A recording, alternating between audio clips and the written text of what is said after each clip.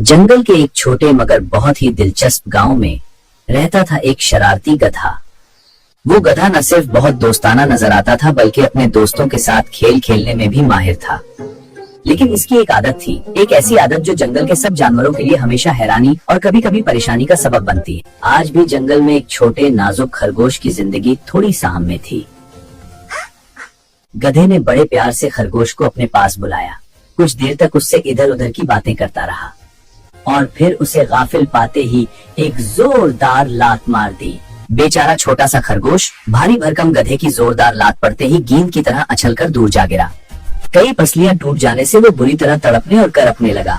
अपनी इस शरारत पर गधा बहुत ही खुश हुआ और जोरदार ठट्ठा लगाता हुआ एक तरफ को चला गया। गधे की ये शरारती आदत बहुत पुरानी थी। वो खड़े खड़े बुला वजह किसी को भी लात मार देता था।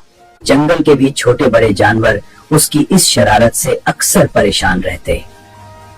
कुछ बुजुर्ग और जहादीदा गधों ने कई बार समझाया भी, लेकिन वो अपनी हरकतों से बाज नहीं आया।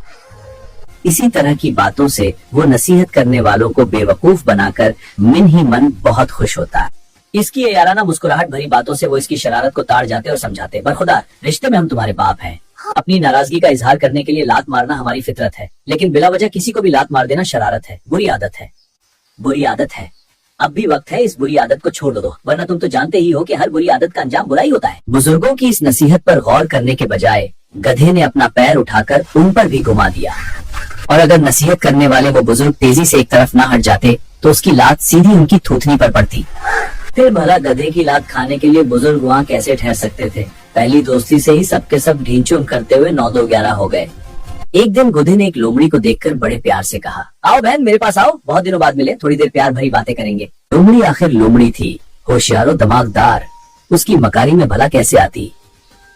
वो उसकी झांसा देकर लात मारने वाली आदत से बखूबी वाकिफ थी। गधे की बात सुनते ही वो उसे देखते हुए बड़े प्यार से मुस्कुराई और दिल में सोचा, कमबख्त तो तू मुझे क्या सिखाता है, मन नहीं हिला रहा। मैं खुद तुझे आज ऐसा सबक दूंगी कि जिंदगी भर के लिए अपनी ये लात मारने की आदत भूल जाएगा। लोमड़ी दिल ही दिल में सोच रही थी, तेरी इस बुरी आदत से दूसरे कमजोर जानवरों को हमेशा के लिए छुटकारा मिल जाएगा। ये सोचते ही लोमड़ी ने अपने चारों तरफ देखा, फिर दिल ही दिल में मुस्कुराते हुए बड़े प्यार से गधे से बोली, मेरे गधे भैया, मैं बहुत दूर से आ रही हूँ और बहुत ही थकी हुई हूँ। मेहरबानी करके तुम ही अपनी इस बहन के पास आ जाओ।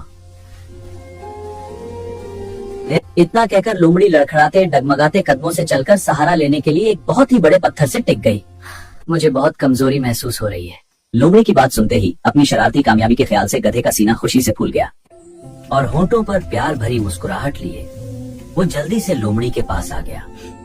लोमड़ी को गाफिल रखने के लिए कुछ देर तक वो उससे बहुत ही मीठी मीठी बातें करता रहा। हाँ बिल्कुल, फिक्र मत करो। फिर आदत के मुताबिक अचानक ही लात मारने के लिए उसने अपना पैर पूरी ताकत से लोमड़ी की तरफ घुमा दिया। इस हमला के लिए लोमड़ी पहले से ही तैयार थी। गधे के पैर उठाते ही वो तेजी से फिर से दूर हट गई और गधे की जोरदार लात ठीक पत्थर पर पड़ी। इस हमला के लिए लोमड़ी पहले से ही तैयार थी। गधे के पैर उठाते ही वो तेजी से फिर से दूर हट गई और गधे की जोरदार लात ठीक पत्थर पर पड़ी। फिर जाहिर है पत्थर तो टूटने से अलबत्ता गधे के पैर की हड्डी जरूर टूट गई और वो जमीन पर ढेर होकर बुरी तरह तड़पने और पीटने लगा। लोमड़ी ने एक जोरदार कपका लगाया और बड़े ही शरारती लहजा में बोली, क्यों गधे भैया, तबीयत कैसी है?